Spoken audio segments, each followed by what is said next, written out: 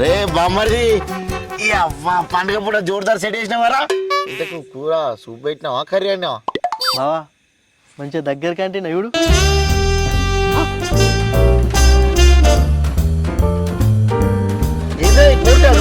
ఏదో ఈ కోరికలు మరి ఇవరకు నానింది కోడికాయలేనే నీ అవ్వ నువ్వు మటన్ కాలు సూప్ పెట్టినావు కావచ్చు మంచిగా తిందామని చెప్పి నేను వచ్చిన బావా నేను కాళ్ళు కమిరుతున్నా అని చెప్పినా కానీ మేకే గొర్రె కాళ్ళు అని చెప్పిండా అని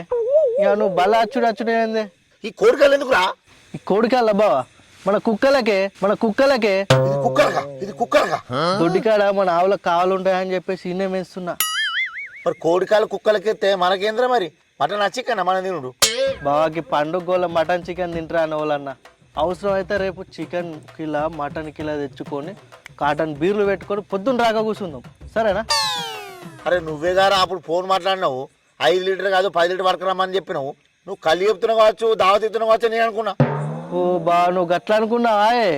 మన గనిగాడు పెట్రోల్ బంక్ పోతే 5 లీటర్ల డీజిల్ ఏం తెస్తావురా 10 లీటర్ల డీజిల్ తెరా అనుకున్నా నువ్వు బల ఉన్న దగ్గర కళ్ళు అనుకుంటావానే ఇది ఖచ్చితంగా మోసం చెప్తున్నా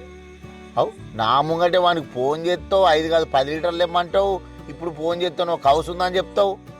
నేను ఆశ పెట్టుకొని ఇడికి వస్తే ఇట్లా చేస్తారు ఉన్నాను